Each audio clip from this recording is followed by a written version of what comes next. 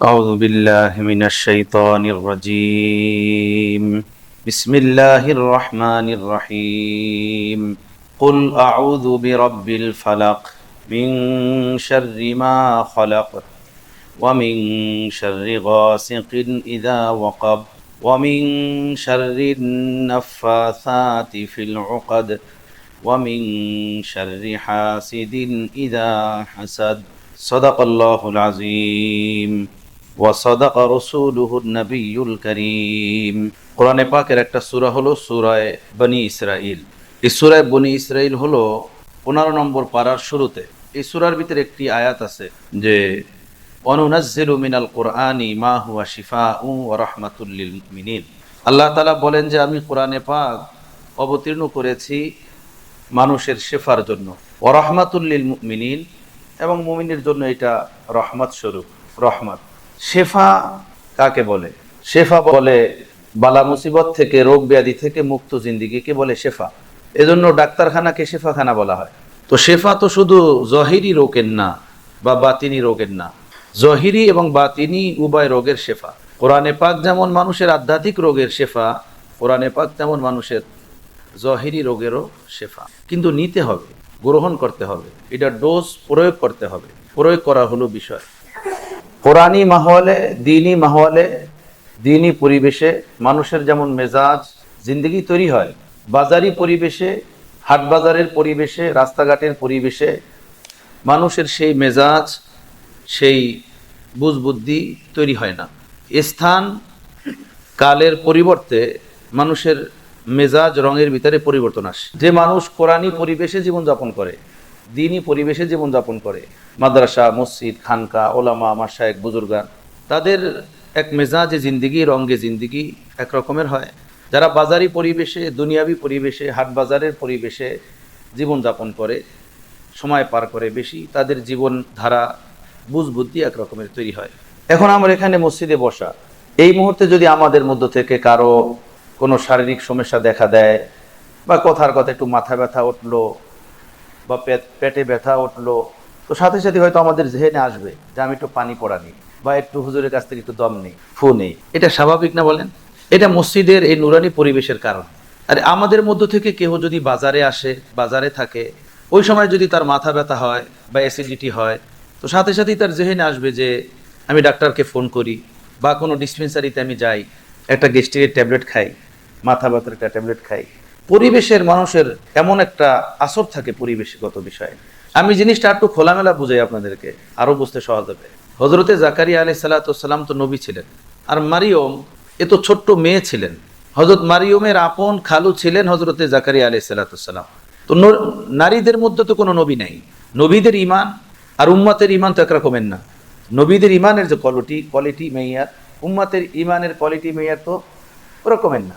হজরতে জাকারিয়া আলাইহিস সালাম যখন আল্লাহর ফয়সালায় হজরত মারিয়মের লালন পালনের দায়িত্ব নিলেন, জিম্মাদারি নিলেন, তো বাইতুল মাকদাসের এক পার্শ্বে, এক কর্নারে একটা রুমের ভিতরে হজরত মারিয়মকে থাকার, খাওয়ার, আরামের সব ব্যবস্থা করে দিলেন। দেখাশোনা করতেন আল্লাহর নবী হজরত জাকারিয়া আলাইহিস সালাম। তো উনি তো বাহিরের বিভিন্ন কাজে যেতেন, নিজের কাজ, সাংসারিক কাজ, দিনের কাজ, নানান কাজে বাহিরে ব্যস্ত থাকতেন। তো মারিয়ম যে মেয়ে, অল্প বয়সী, এখানে একা কামরার ভিতরে থাকবে কিভাবে? তো হযরত জাকারিয়া বাহির থেকে তালা লাগিয়ে যেতেন, তালা বন্ধ থাকতো। ওইটার চাবি দুনিয়ার আর কারো কাছে থাকতো না, হযরত জাকারিয়ার কাছেই থাকতো, চাবি ওনার কাছেই উনি রাখতেন। তো এভাবে বহুবার হয়েছে, এবং সর্বদা এমনটাই করতেন।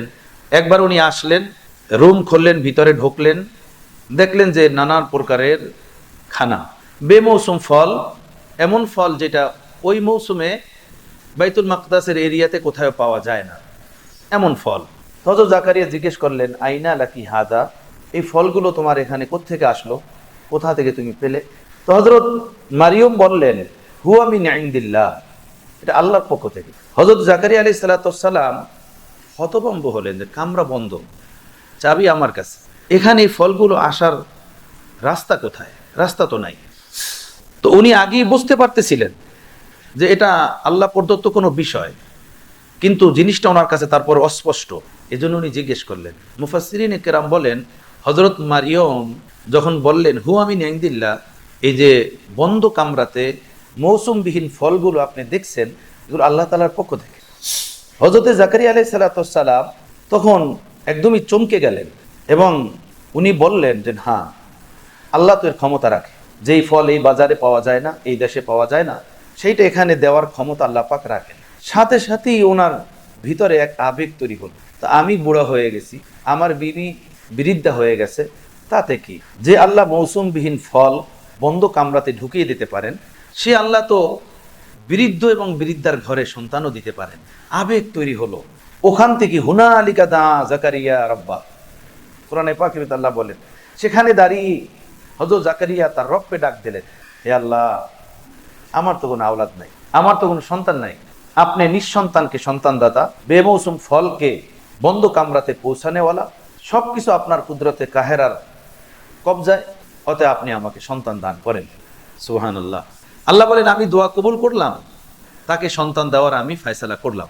এই ঘটনা বিস্তারিত কোরআনে পাকের ভিতরে দুই জায়গাতে উল্লেখ আছে, সূরা আল ইমরানে উল্লেখ আছে এবং সূরা মারিয়মে উল্লেখ আছে। এই ঘটনা বলা উদ্দেশ্য না, এখানে আর একটা বিষয় বলা উদ্দেশ্য। বিষয়টা হলো এই যে হযরতে জাকারিয়া আলাইহিস সালাম আল্লাহ পাকের নবী, তো দিনের কাজে, ব্যক্তি কাজে, ঘরলি কাজে বাহিরে থাকতেন। বাহিরের পরিবেশে স্বাভাবিক মানুষের জীবনধারার যেমন প্রভাব, সেটা ওনার উপরে ছিল, আর থাকাটাই স্বাভাবিক। ওনার অন্তরাত্মার ভিতরে ওই আবেগ এর পূর্বে আসে নাই আল্লাহর কাছে দোয়া চাওয়ার জন্য, যে আবেগ হযরত মারিয়ম চোখে দেখানোর পরে আবেগ আসলো এবং দোয়া উনি করলেন। উনি তো নবী ছিলেন, কিন্তু হযরত মারিয়ম নবী ছিলেন না, ছিলেন কোথায়? বাইতুল মাকদাসের বন্ধ কামরাতে, এক কামরার ভিতরে বসে সারাদিন ইবাদত, বন্দিগি, জিক্র ওয়াজকার, কান্নাকাটি, দোয়া দুরুদ, এর ভিতরে মগ্ন থাকতেন। ওর ভিতরে মগ্ন থাকতে থাকতে ওনার দিল ও দেমাগ মেজাজ এমন তৈরি হয়ে গেছে, মহান রব্বুল আলামিনের জাত ছাড়া আর দ্বিতীয় কোনো জিনিসের উপর ওনার নজর ছিল না, কোনো দৃষ্টি ছিল না।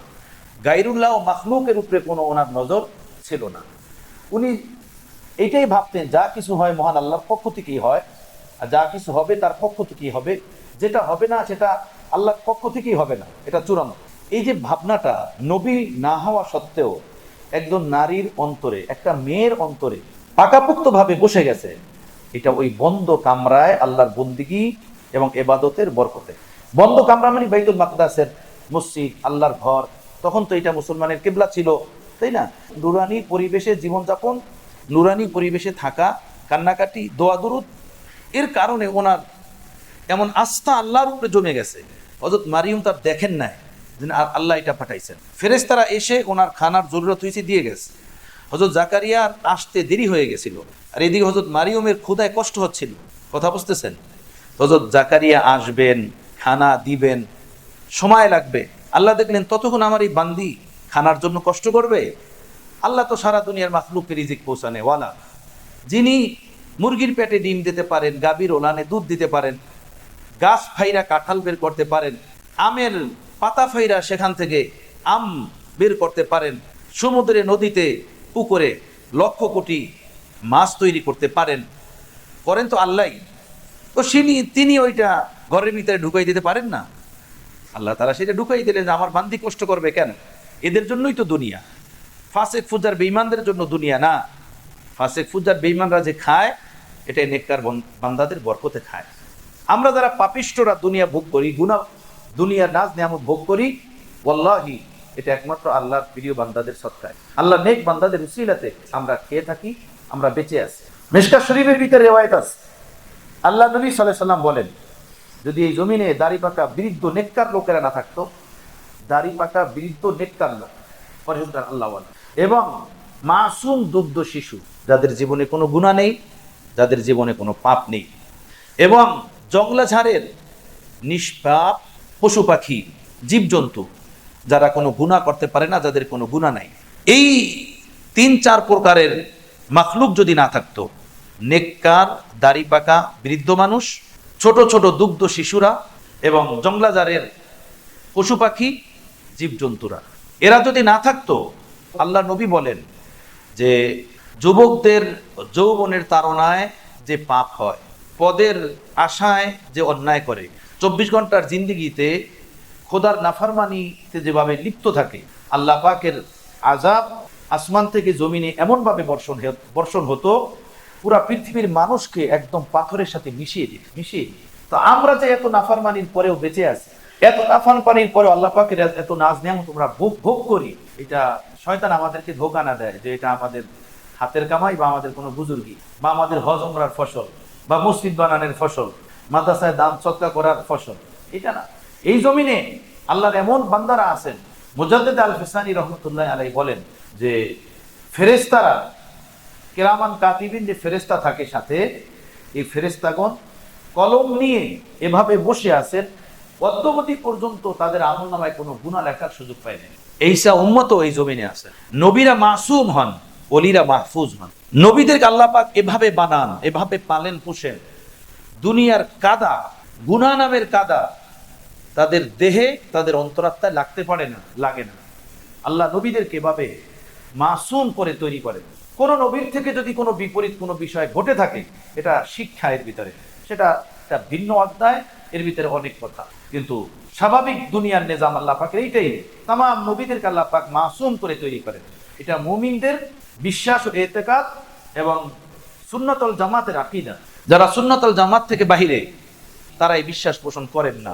নবীদের দুই একটা ছোটখাটো ঘটনাকে সামনে রেখে তারা ওইটা নিয়ে চুল ছেঁড়াছেড়ি করেন। যাই হোক, তো ওইটাকে ভিন্ন বিষয়।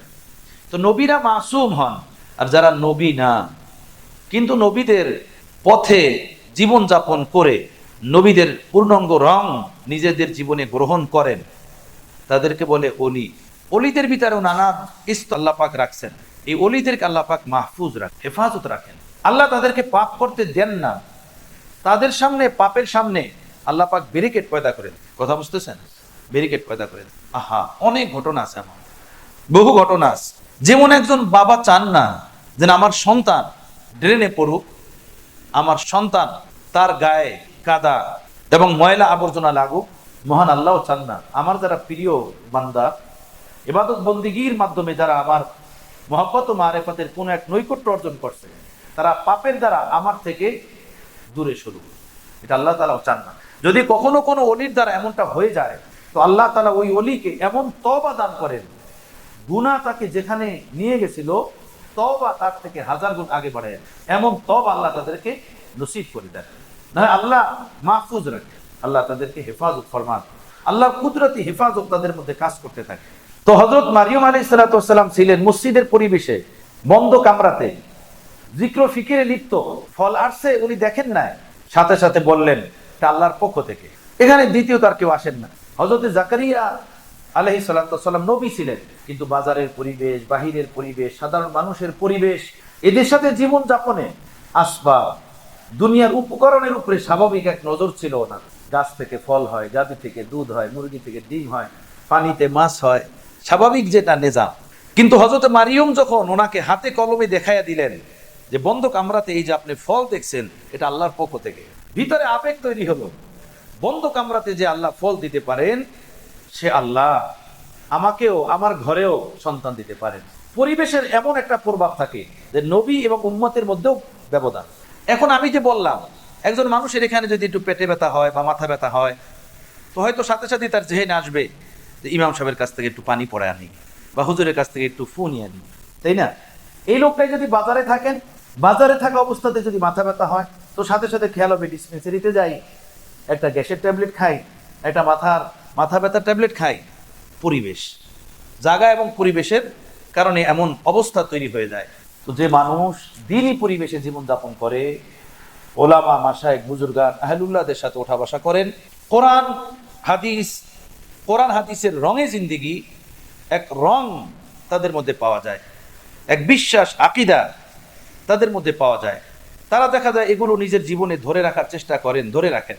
কিন্তু যে ভাইয়েরা, যে মুসলমানরা এই জিন্দেগি থেকে বঞ্চিত, দূরে, তারা দেখা যায় কোরআন হাদিসের এই রং, কোরআন হাদিসের এই আমল এবং এই নসিহা নেওয়া থেকে তারা বঞ্চিত থাকেন, তারা নিতে পারেন না, নেন না। এখন আমি এই কথাগুলো কেন বললাম? এই জন্য বললাম যে সূরা বনী ইসরাঈল ভিতরে আল্লাহ বলেন, অনুনাজ্জিলু মিনাল কুরআন মা হুয়া শিফাউ ওয়া রাহমাতুল। এই কোরআন আমি অবতীর্ণ করেছি শিফা। যে শেফা বোঝে না, সে বুঝবে হয়তো এটা শুধু ঈমানের শেফা, এটা পড়লে কুফরের অন্ধকার দূর হয় বা আধ্যাত্মিক রোগ দূর হয়। আধ্যাত্মিক রোগ তো দূর হয়, এই কোরআন দেহের রোগকেও দূর করে দেয়। এই কোরআন যারা পড়ছেন, বুঝছেন, ধারণ করছেন, এর উপরে আমল করছেন, তাদের জমানায় এত হাসপাতাল ক্লিনিক ছিল না, এত ডাক্তার দাওয়াখানা ছিল না। সেই জমানায় মুসলমানদের এত ঔষধ খাওয়া লাগতো না। কথা বুঝতেছেন? এখন মানুষ কোরআন তাকে উঠাইয়া রেখে দিছে।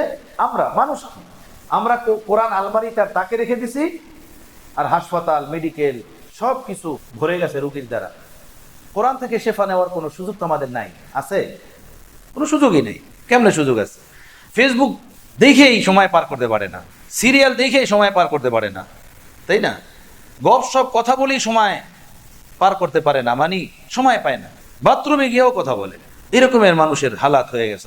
দৈনন্দিন ঘন্টা ঘন্টা মোবাইলের পিছনে ব্যয় করে, আমরা করি, অথচ 10টা মিনিট কোরআনে পাক নিয়ে বসার সুযোগ আমাদের নাই। কোরআন তো শেফা, দেহেরও শেফা, রুহেরও শেফা। দেহকেও শেফা দেয়, রুহকেও শেফা দেয়। যারা কোরআনী জীবন যাপন করে, বাস্তব দেখা যায় যে এর বরকতে তাদেরকে আল্লাহ পাক অনেক ভালো রাখেন, অনেক সুস্থ রাখেন। হযরত মাওলানা জাফর আহমদ উসমানী রহমতুল্লাহ আলাইহি, হিন্দুস্তানের এক বড় ব্যক্তি, হযরত হাকিমুল উম্মাত মুজাদ্দিদ মিল্লাত, হযরত মাওলানা আশরাফ আলী থানভী নওয়ারুল্লাহ মারকাদাহুর ভাগিনা। আমাদের ঢাকা আলিয়াতে উনি সেই ব্রিটিশ পিরিয়ডে উনি বুখারী শরীফ পড়াইছেন। বড় আলেম ছিলেন, বহু বড় আলেম ছিলেন। ওনার এক কিতাব আছে মাকালাতে ওসমানী। ওই কিতাবের ভিতরে একটা ঘটনা আছে। ঘটনা মাত্র মনে পড়লো, পড়ছি অনেক আগে। ঘটনাটার সংক্ষিপ্ত হলো এই, দেখ, হিন্দু দাম্পত্য, তাদের নতুন সবে মাত্র বিবাহ হয়েছে, স্বামী স্ত্রী মহব্বতের ঘর সংসার চলতেছিল। হঠাৎই স্বামী বড় রোগাগ্রস্ত হয়ে গেছে, অসুস্থ হয়ে বিছনায় পড়ে গেছে। বড় বড় ডাক্তার দ্বারা ট্রিটমেন্ট করা হলো, কোনো রকমের চিকিৎসা এবং শেফার আশা করা গেল না। ডাক্তাররা হাসপাতাল থেকে ফেরত পাঠিয়ে দিয়েছে এবং বলছে, যা কিছু খাওয়ানোর তা খাওয়ান, এর সেবা যত্ন যতটুকু করার আপনারা করেন। আমাদের চিকিৎসার বাহিরে চলে গেছে এই রোগী, আমাদের দ্বারা সম্ভব না। হাসপাতাল থেকে বাড়িতে নিয়ে আসছে। এই বিবি বেচারি কামরার ভিতরে স্বামীকে নিয়ে দিন রাত, হিন্দু দনজন। বিবি বেচারি সকাল সন্ধ্যা আলমারির ভিতর থেকে কাপড় পেঁচানো কিছু একটা বের করে, আর কয়েকবার পরে মাথা থেকে পাও পর্যন্ত ফু দেয়। পানি এক জগ পানির ভিতরে ফু দেয়, পানিটা খাওয়ায়, আর তার মাথা থেকে পাও পর্যন্ত ফুয়ায়। স্বামী বেচারা বলতেছে, কি করো তুমি? কিছু না, আপনি চুপ থাকেন, এটা আপনার বুঝতে হবে না, চুপ থাকেন আপনি, ঠিক আছে, মাফ করে দিও, জীবনের শেষ সময়টুকু পার করতেছি, কখন চোখ দুইটা নিভে যাবে। আর বলে, চুপ থাকেন, যা হওয়ার হবে। 1 দিন 2 দিন 7-10 দিন পার হওয়ার পরে একটু সুস্থ সুস্থ বোধ করতেছে, একটু আরাম লাগতেছে। বিবিকে বলতেছে, বিবি তুমি যে কি পড়ো, কি ফুয়াও, ভালো লাগতেছে, একটু আরাম লাগতেছে, শান্তি পাচ্ছি। আচ্ছা ঠিক আছে। বিবি প্রতিদিন সকাল বিকাল দুপুর কাপড়ে পেঁচানো একটা বের করে আলমারির ভিতর থেকে, কয়েকবার পরে মাথা থেকে পাও পর্যন্ত ফু দেয়, এরপরে 1 জগ পানির ভিতরে ফু দেয়, ওই পানিটা খাওয়ায়। এই 2য় সপ্তাহ পার হয়ে গেল, বিছনার উপরে উঠে বসা শুরু করছে। ওই রোগী, ওই স্বামী যে শ্বাস ছাড়তে পারতো না, কথা বলতে পারতো না, সে বিছনায় উঠা বসা শুরু করলো। 3য় সপ্তাহ হয়ে গেল, স্ত্রী একই কাজ, সকাল দুপুর বিকাল ফু দেয় আর তাকে খাওয়ায়। 3য় সপ্তাহ পার হয়ে যাওয়ার পরে ঘরের ভিতরে চৌকি থেকে নাইমা হাঁটাহাঁটি শুরু করলো। ঘরের ভিতরে যখন হাঁটাহাঁটি শুরু করলো, তখন একবেলা বিবি এভাবে ফুয়াইতেছিল। ওই মুহূর্তে বিবির হাত ধরে বলতেছে, খোদার দোহাই, তুমি আগে বলো এটা কি পড়তেছো, কি ফুয়াইতেছো। তো বিবি বলল, আপনি কাউকে বলবেন না, ওয়াদা করেন। বলবো না। বলে, আপনি যদি সুস্থ হয়ে যান তাহলে আমি যেটা বলি আপনি সেটা মানবেন। বললো, সুস্থ তো হয়েই গেছি, মানবো না মানে? আল্লাহ জীবনের থেকে আর কি প্রিয় আছে, আপন আছে? সুস্থ তো হয়েই গেছে, বাকি কি বলো, কি তুমি পড়ো, কি তুমি ফুয়াও। তখন এই বিবি বলল যে, আমি মুসলমান। আরে তুমি মুসলমান, তোমার বাবা কঠোর হিন্দু। বলল, সেটা সব ঠিক আছে, কিন্তু আমি মুসলমান। তাক থেকে কোরআন বাইর করছে আলমারির ভিতর থেকে কাপড়ে পেঁচান। বলল, আমি প্রতিদিন যে আপনাকে ফুয়াইছি না, আপনি যে আমাকে দেখছেন, এই কোরআনের এক সূরা পড়ে আপনার ফুয়াইছি। আচ্ছা, হ্যাঁ, এর বরকতই আপনি সুস্থ হলেন, এর বরকতই আপনি জিন্দেগি পেলেন, তো আপনি ওয়াদা করেন যে মুসলমান হয়ে যাবেন। বলল, হ্যাঁ ওয়াদা, মুসলমান কর। স্বামী স্ত্রীর হাতে হাত দিয়ে ইসলাম গ্রহণ করলো, মুসলমান হলো। স্বামী বলতেছে, আচ্ছা বলো তো, তুমি কিভাবে মুসলমান হলে? বিবাহ হলো, তুমি হিন্দু আমি হিন্দু, একইভাবে হিন্দু প্রথা অনুযায়ী বিবাহ হলো, মুসলমান কিভাবে হলে তুমি? বলে, শুনুন, বিষয় হলো এই, আমাদের এই পাড়া, যেই পাড়া আমরা থাকি না? বলে হ্যাঁ। এক ইমাম সাহেবের মেয়ে ছিল আমার বান্ধবী। ওই বান্ধবী মুসলমান নারীর কারণে মাঝে মাঝে আমি ওদের বাসায় যেতাম, গিয়ে দেখতাম ইমাম সাহেবের বিবি তার বাচ্চাটাকে, আমার বান্ধবীটাকে কোরআন পড়ায়। আরও পাড়ার কিছু মুসলিম মেয়েরা আসতো, তাদেরকে কোরআনে পাক পড়াতো। তো আমি ওই ইমাম সাহেবের বিবিকে বলতাম যে আন্টি আপনি সকলকে পড়ান, আমারেও পড়ান। তো উনি হাসি দেবে, আরে না, তুই কি পড়বি, তুই হিন্দু মেয়ে, তুই কি পড়বি, আর তুই এখানে আইসা কোরআন পড়বি, এটা যদি তোর বাপে জানে তো আমাদেরকে এলাকা ছাড়া করবে, এই এলাকায় থাকতে দিবে না। কিছুদিন এমন গেলে পরে আমার দিলে খুব আবেগ জাগলো যে না, আমি কোরআন পড়বো। আমি আবার গিয়ে ওনাকে বলি যে আন্টি আমাকেও আপনি কোরআন পড়ান। তো বললো না, তুই কি কোরআন পড়বি? না আমি পড়বো, আপনি পড়ান। বলে আচ্ছা পড়বি, কিন্তু কাউকে বলতে পারবি না? বলে বলবো না। যা উজু করে আসলাম। তো ওই পাড়ার মেয়েরা পড়তো, আমিও তাদের সাথে পড়তাম। কয়েকদিন পড়ার পরে আর ভালো লাগে না, ভিতরে তুফান তৈরি হয়েছে। এত সুন্দর কোরআন, এত সুন্দর কথা। আমি বললাম আন্টি আর টিকতে পারি না, মুসলমান বানা, আর পারি না টিকতে, মুসলমান বানা। আমি বললাম, ওই আন্টি বলল যে মা তুই মুসলমান হবি আর আমাদেরকে এলাকা ছাড়া করবি, এটা যখন জানাজানি হবে তোর বাপ এত কঠোর পন্থার হিন্দু আর এত জালেম আমাদেরকে এলাকা ছাড়া করবে, এলাকাতে থাকতে দিবে না। বললো আন্টি মা কাউকে বলবো না, কেউ জানবে না, আমাকে আপনি মুসলমান বানান, আমি কাউকে বলবো না, ওয়াদা। পরে ওই আন্টি মা আমাকে মুসলমান বানান। আমি ওনার ঘরে খেলাধুলার বাহানায় গিয়ে গিয়ে আমি কোরআন পড়তাম, আর মহল্লার অন্যান্য মেয়েরাও এসে কোরআনে পাক পড়তো। যখন কোরআনে পাক আমরা পড়তে পড়তে খতমে গেলাম, খতমে গিয়ে যখন পৌঁছি তখন 30 নম্বর পারাতে এক সূরা আছে, সূরায়ে আলাম নাশরাহ লাকা সাদরাক। এই সূরা যখন আন্টি মা আমাদেরকে পড়াইতেছিলেন তখন বললেন, শোনো হে মায়েরা শোনো, তোমাদেরকে একটা কথা বলি। এই কোরআনে পাকের মধ্যে আল্লাহ পাক এমন একটা সূরা দান করছেন, এই সূরাটা যদি কোনো কঠিন থেকে কঠিন রোগ ব্যাধিতে আক্রান্ত মানুষের উপরে পড়ে দম করা হয়, ফু দেওয়া হয়, আর তার কপালে যদি হায়াত বাকি থাকে তাহলে সে ওই রোগ থেকে সুস্থ হয়ে, সেটা হলে সূরায়ে আলাম নাশরাহ লাকা। তোমাদেরকে বললাম। তো সেই আন্টি মা যার কাছে কোরআন পড়ছি মুসলমান, সে আমাদেরকে এটা বলছে। এরপরে আমার যখন বিবাহ ঠিক হওয়ার কথাবার্তা হলো, আমি এসে ওনাকে বললাম দেন আমি এলাকা ছেড়ে পালাইয়া যাই, হিন্দু ছেলের সাথে আমার বিবাহ হচ্ছে, আমি বিবাহ বসবো না। তো ওই আন্টি আমাকে বললেন যে না, এই কাজ করো না, পালাইয়া কোথায় যাবা, পেরেশানির সম্মুখীন হতে হবে। তো আমি বললাম আন্টি, যে হিন্দু ছেলের সাথে বিবাহ হচ্ছে, সেখানে গিয়ে কিভাবে নামাজ পড়বো? আপনার ঘরে এসে নামাজ পড়তাম, আপনার ঘরে এসে কোরআনে পাক পড়তাম, সেই নামাজ বা কোথায় পড়বো, আর ওখানে কোরআন বা কোথায় পাবো? তো আমার জীবনযাপন কিভাবে চলবে? তো ওই আন্টি আমাকে বললেন, আল্লাহ কোনো রাস্তা তৈরি করে দেবেন, তোমার জন্য দোয়া করি। আল্লাহ যখন তোমাকে দিন দিছেন, কোরআন দিছেন, ইমান দিছেন, আল্লাহ তোমার জন্য কোনো রাস্তা তৈরি করে দিবে। তাই আমি বললাম আন্টি যাই করেন, আমি কিন্তু কোরআন ছাড়া আমি আমার জামাই বাড়ি, শ্বশুর বাড়িতে যাব। বলো দেখি কোনো ব্যবস্থা করা যায় কিনা। বিবাহ তারিখ হয়ে গেল, উঠে নেওয়ার সময় আসলো। তো ওই আন্টি বাড়িতে আমি গেলাম। আন্টি বললেন দেখো তোমার জন্য আমি কিছু হাদিয়ার ব্যবস্থা করছি, কাপড় চোপড়, 3 পিস ইত্যাদি। ওগুলোর ভিতরে ছোট্ট একটা কোরআন আমি পেছাইয়া দিয়ে দিব, আর এটা আমি তোমার মার কাছেই নিয়ে দিব, তোমার মার কাছ থেকে নিয়ে তুমি রেখে দিবে, এটা তুমি তোমাদের এই বাড়িতে খুলবে না। যখন তুমি স্বামীর বাড়িতে যাবে তখন স্বামীর বাড়িতে এটা গোপনে খুলবে, ওখানে কেউ যখন থাকবে না তখন এটা পড়বে। তো এইভাবে ওই আন্টি অনেকগুলো কাপড় আমার জন্য বানাইয়া প্যাকেট করে হাদিয়া দেওয়ার জন্য আমার বাড়িতে নিয়ে এসে আমার মার কাছে বলে, আপনার মেয়েটা আমার মেয়ের সাথে খেলাধুলা করতো, একই স্কুল ওরা পড়তো, ওরা বান্ধবী মানুষ, এখন ওর বিয়ে হচ্ছে, আমার দিল চাচ্ছে ওরে কিছু হাদিয়া দিতে, এটা আপনারা যদি কবুল করতেন। তো আমার মা বললো হ্যাঁ কি হয়েছে, বাচ্চা মেয়ে, আপনার মেয়ে আমার মেয়ে, ওরা একসাথে একই পাড়ায় বড় হয়েছে, দেন। তো এভাবে ওই আংটি হাদিয়াগুলো আমার মার কাছে নিয়ে আসছে, আমি আমার মার কাছ থেকে নিয়ে এগুলো রেখে দিই, ওইটার খুলি নাই।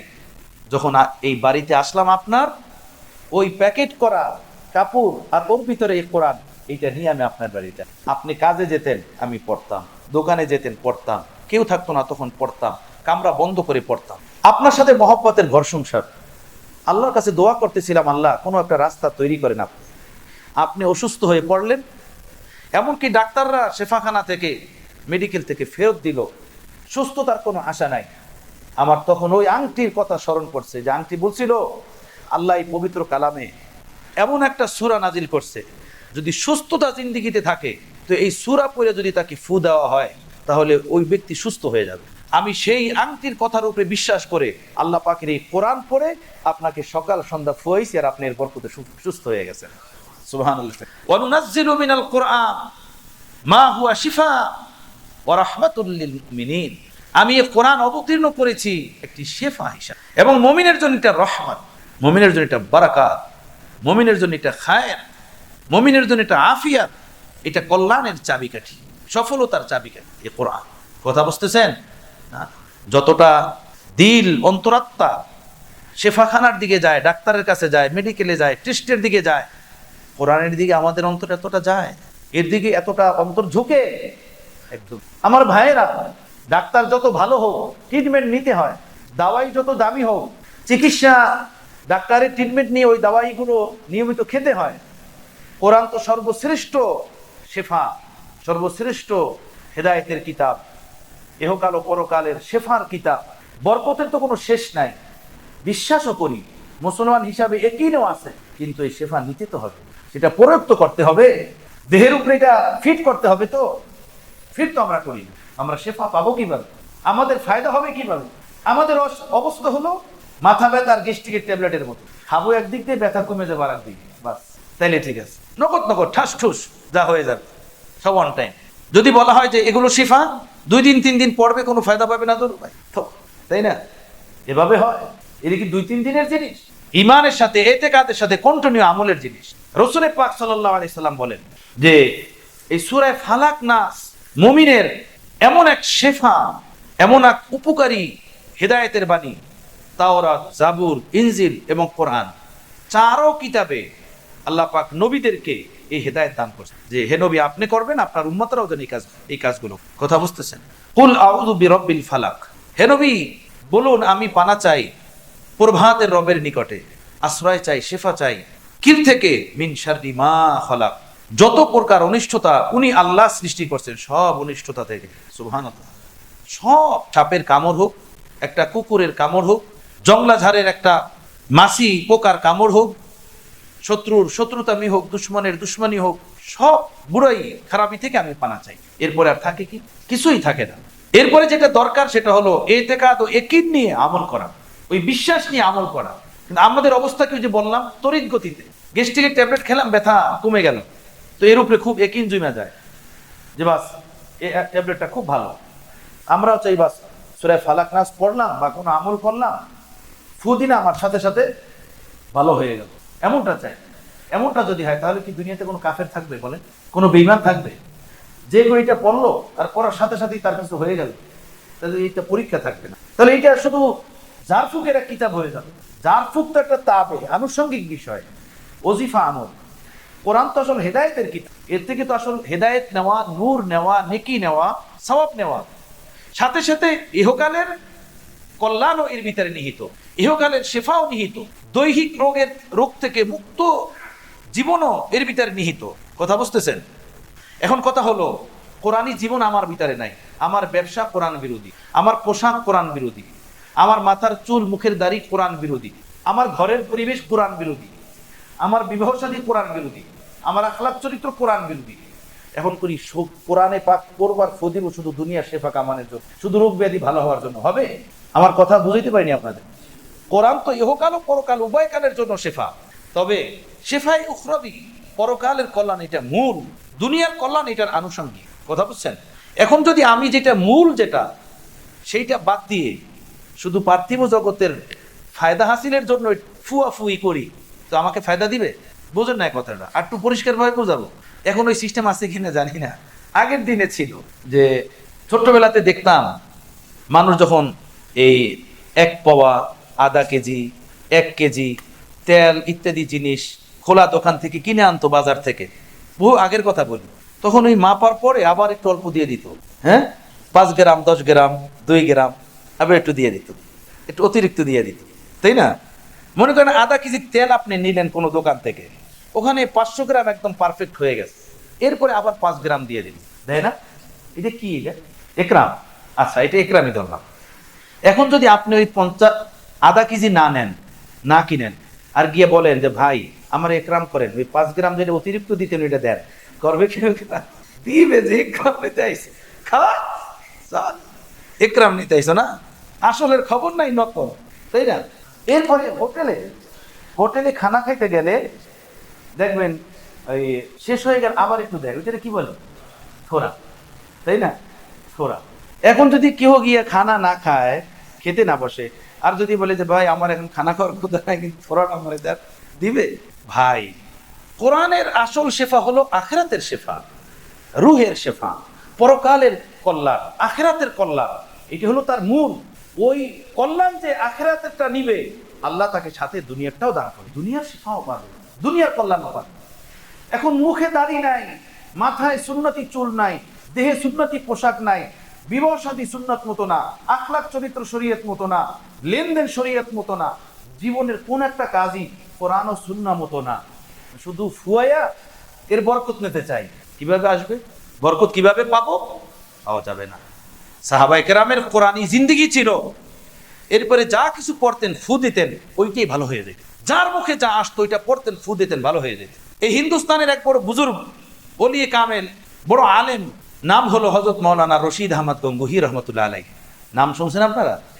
বড় আলেম ছিলেন। ওনার কাছে এক ব্যক্তি গেছে, গিয়ে বলছে হুজুর আমার একটা তাবিজ দেন। কিসের তাবিজ? আমাদের বাড়িতে জিন্নাত অনেক ঝামেলা করে, অনেক জ্বালায়, অনেক ঝামেলা করে, অনেক জ্বালায়। হযরত গঙ্গুহি রহমতুল্লাহ বলেন, ভাই আমি তাবিজ তোমার এটি জানি না, এটি আমি পারিতে না, আমি এটি দেই না। ওই ব্যক্তি বললেন, আপনি এত বড় আলেম, আপনি তাবিজ তোমার জানেন না, এটা বললে হবে? আপনার কাছ থেকে তাবিজ চাই, আপনারই তাবিজ দিতে হবে। হযরত গঙ্গুহি বলেন, ভাই আমি জানি না তাবিজ, আমি তাবিজ তোমার কাজ করি না, এইটির সাথে আমার দিল নাই, আমি পারি না। বলেন, না আপনারই দিতে হবে। ওই ব্যক্তি এত কাছের এবং মহব্বতের, হযরত গঙ্গুহি নিষেধ করেন, এ কোনো রকম মানে না। পরে হযরত গঙ্গুহি রহমতুল্লাহ আলাইহি নারাজ হয়ে একটা কাগজের ভিতরে লিখে দিয়েছেন, কিছু লিখে দিয়েছেন, বল যাও এটা তোমার বাড়িতে গাছের উঠা কোন একটা উঁচু গাছের মাথায় এটা ঝুলে রাখ। উনি তাবিজ নিয়ে গেছেন, নিয়ে বাড়ির একদম উঁচু গাছ এইটার উপরে উঠে ডালের সাথে ওইটা ঝুলিয়ে রাখছেন। আলহামদুলিল্লাহ 10-15 দিন যেতে একদম পুরা বাড়ি ঠান্ডা, কোনো জিন্নাত মিন্নাত কোনো কিছু নাই, বাচ্চা কাচ্চা সব আরামে ঘুমায়, মেয়ে ছেলে সব আরামে থাকে।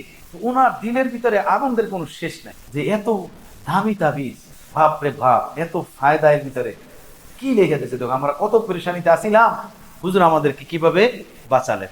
উনি আবেগ আগ্রহের সাথে ওই গাছে উঠে তাবিজ নামাইছেন, যে দেখি এটার মধ্যে লেখছেন কি। তো তাবিজ নামাই এটা খুলছেন, খুলে দেখেন ওর ভিতরে লেখা, এলাহি मैं नहीं जानता और तेरा बांदा नहीं मानता, अब तू जाने और तेरा बांदा।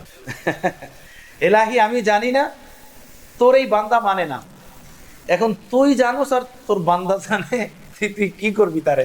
হ্যাঁ, তুমি জানো আর তোমার বান্দা জানে যে কি হবে। দেখেন, এটা আপনাদের কাছে আশ্চর্য লাগতেছে? এগুলো বললে কারো মাথা গরমে যে কারামত বর্ণনা, এটা কারামত বর্ণনা করলাম? কারামত আলিয়াই হকুন, এ কি হাদিস না? ভাই, অল্প বিদ্যা ভয়ঙ্কর, বদগুমান হয়েন না। আমাদের কাছে এলেম কালাম কিছু নাই ঠিক, কিন্তু মহান আকাবের আসলাফের বুজুর্গানের দিনের সাথে এমন রুহানি এবং জহিরি এমন কালেকশন, কথা বুঝতেছেন? ওই কালেকশন জ্বললে সূর্যের আলেও নিভে যাবে, কথা বুঝতেছেন? আলহামদুলিল্লাহ, তর্কে যাইতে রাজি না, মুসলমানের ভিতরে বিভ্রান্তিকর কথা বলতেও চাই না। আল্লাহ আমাদের সকলকে হেফাজত ফরমান। ফিতনার কোনো দরকার নাই। কারো যদি এলেম আমলের কমতি থাকে, সেজন্য মহব্বতের সাথে আমাদের কাছে আসে। কোরআন হাদিসের আলোকে যদি প্রতিটা কথাকে প্রমাণ করে না দেখাতে পারি, তখন যেন সে ইশকাল অভিযোগ করে। এটা কারামত করতেছে আপনার কাছে, এটা কারামত মনে হচ্ছে? কারামত যদি মনে হয়, তাহলে এই কারামত তো আল্লাহ তাআলাই করলেন। উনি কি লেখছেন? উনি তো বলছেন আমি কিছু জানি না, তাই না? এখন শুনুন, এটা যদি আপনার মানতে কষ্ট লাগে যে বুজুর্গদের কারামত বর্ণনা করেন, তাহলে আরেকটা ঘটনা বলি, বলবো?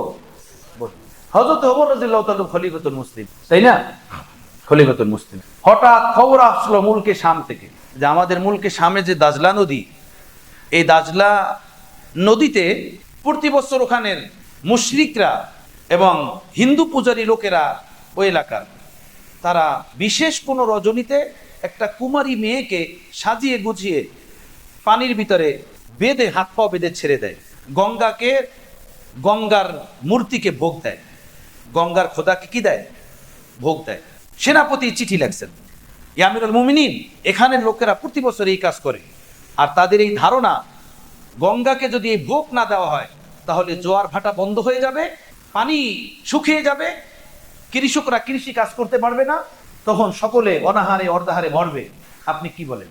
হযরত ওমর ফারুক রাদিয়াল্লাহু তাআলা আনহুর নিকটে এই সংবাদ পৌঁছলে হযরত ওমর ফারুক চিঠি লিখে পাঠাইছেন, খবরদার, এটা সম্পূর্ণ শিরক, সম্পূর্ণ হারাম।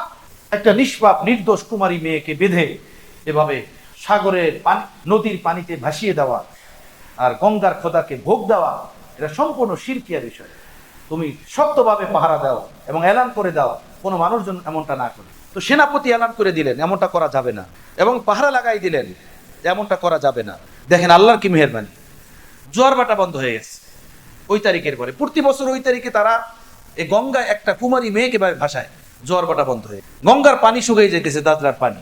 সেনাপতির কাছে এলাকার লোকেরা গিয়ে বলল, আপনি যে আমাদেরকে ভোগ দিতে দিলেন না, দেখলেন এই যে পানি শুকিয়ে গেল, এখন কি হবে? আমরা কৃষিকাজ কিভাবে করব? ফসল না আসলে আমরা খাবো কি? হলো আপনি যে করতে দিলেন না।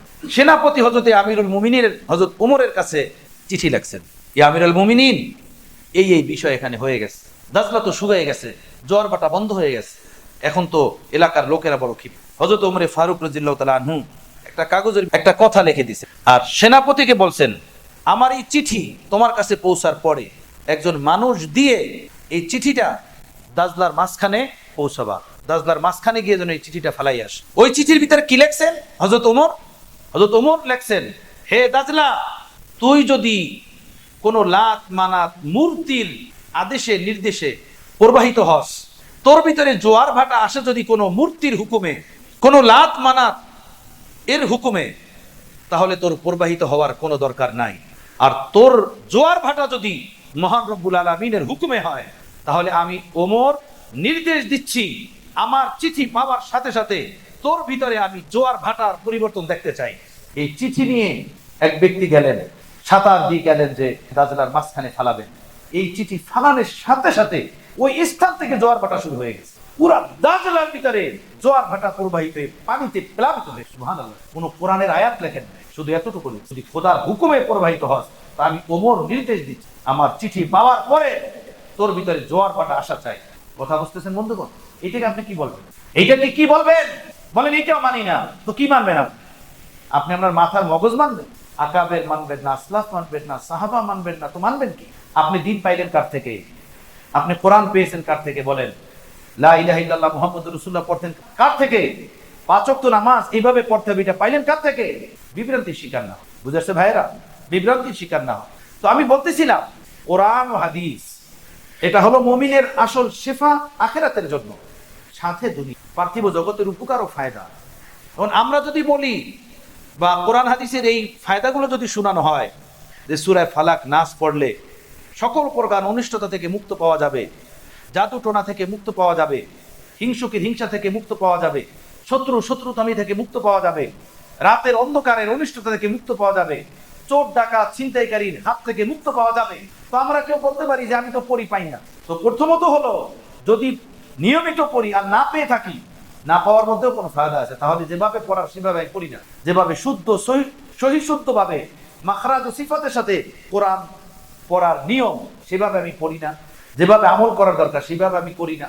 কথা বুঝতেছেন? দ্বিতীয় হচ্ছে যে কোরআন শুধু পার্থিব জগতের তাবিজ তোমার অথবা ঝাড়ফুঁকের জন্যই না, আমি কোরআন মতো জীবন করলাম না, কোরআনের হেদায়েত আমি নিলাম না, আর শুধু 3 কুল আর 4 কুল আর আয়াতুল কুরসি আর আয়াতের শেফা পড়ে আমি শুধু উপকার চাই। তো আমার যদি উপকার না হয়, এটাও হতে পারে যে সেই জন্য উপকার হচ্ছে না। নয়, কোরআন তো শেফা, রুহেরও শেফা, দেহেরও শেফা। ইয়াকিন লাগে, এই বিশ্বাস লাগে, এই আমল লাগে, সত্য কথা। আমার তো দিল বলে ভাইয়েরা, আল্লাহ আমার আপনার ঈমান কালাই সেভাবে তৈরি করে দেন সকলের।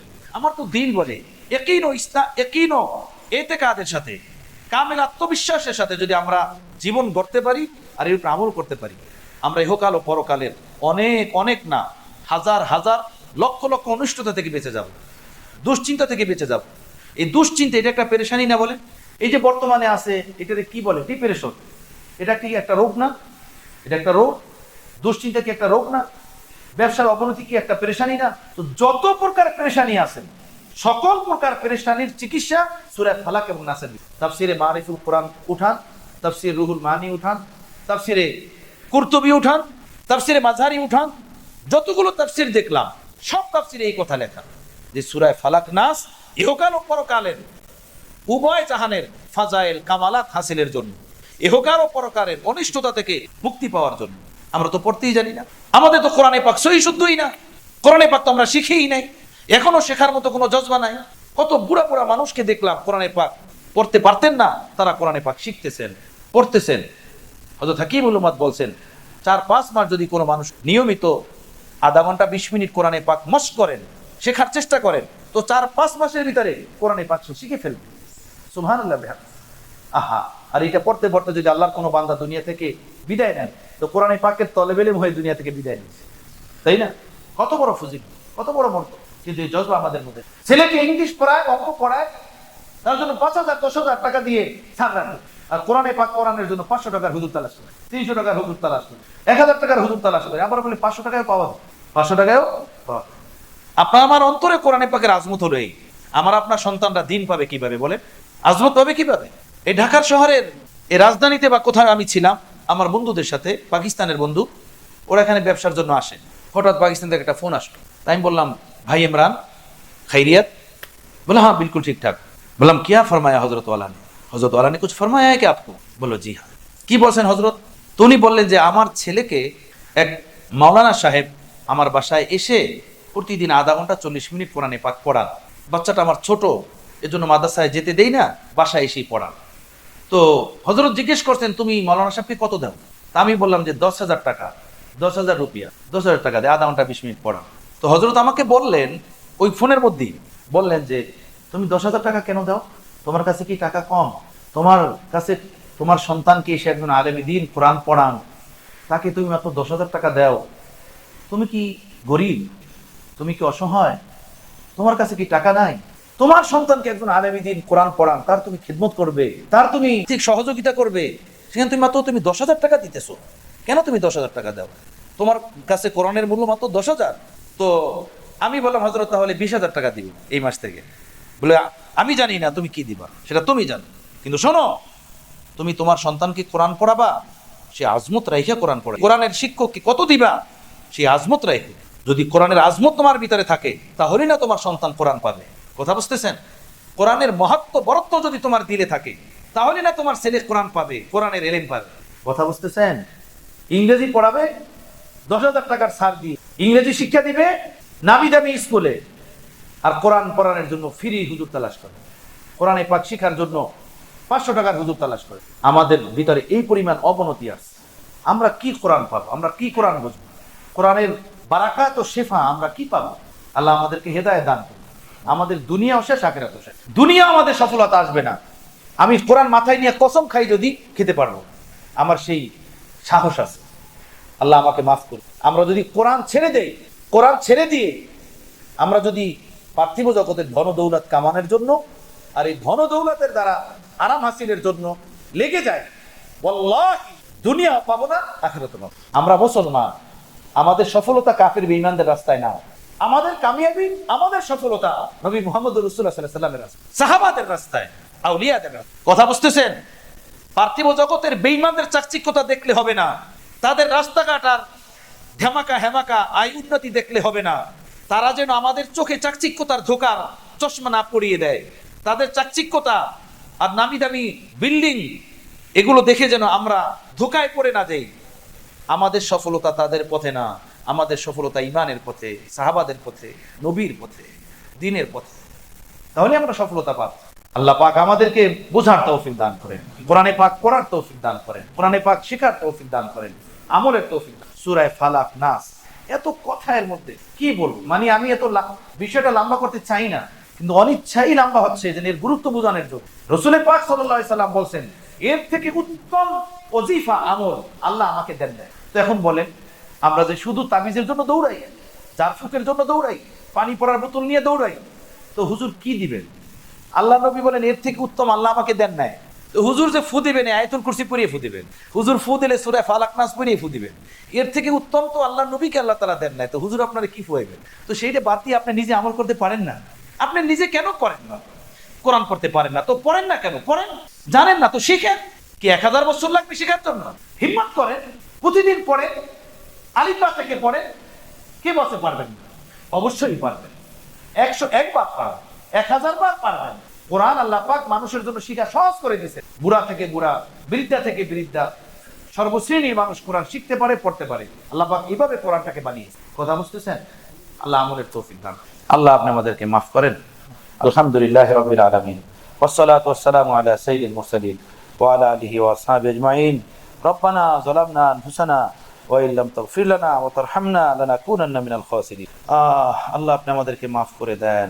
আল্লাহ আপনি আমাদেরকে মাফ করে দেন। কোরআন সুন্নাহ মতো জীবন দান করেন। আখলাক চরিত্রের আত্মশুদ্ধি দান করেন। আল্লাহ আল্লাহ প্রকাশ্যে অপ্রকাশ্যে আপনাকে ভয় করার তৌফিক দেন। আপনার হুকুম আহকাম মেনে চলার তৌফিক দেন। আয় আল্লাহ আপনি আমাদেরকে মাফ করে দেন। আমাদের আমলনামা পবিত্র করে দেন, পাক সাফ করে দেন। আমলনামার সমস্ত কালিমা দূর করে দেন। ঈমানি জিন্দেগি দেন আল্লাহ, ঈমানি জিন্দেগি দেন। উত্তম আখলাক চরিত্র দান করেন। আকায়েদ, মুআমালাত, মুআশারাত, ইবাদাত, আখলাক সব দুরুস্ত করে দেন আল্লাহ, সব সুন্দর করে দেন আল্লাহ। যা কিছু শুনলাম এর বরকতে আপনি আমাদেরকে কামিল ঈমান দান করেন, কামিল ঈমানি জিন্দেগি দান করেন।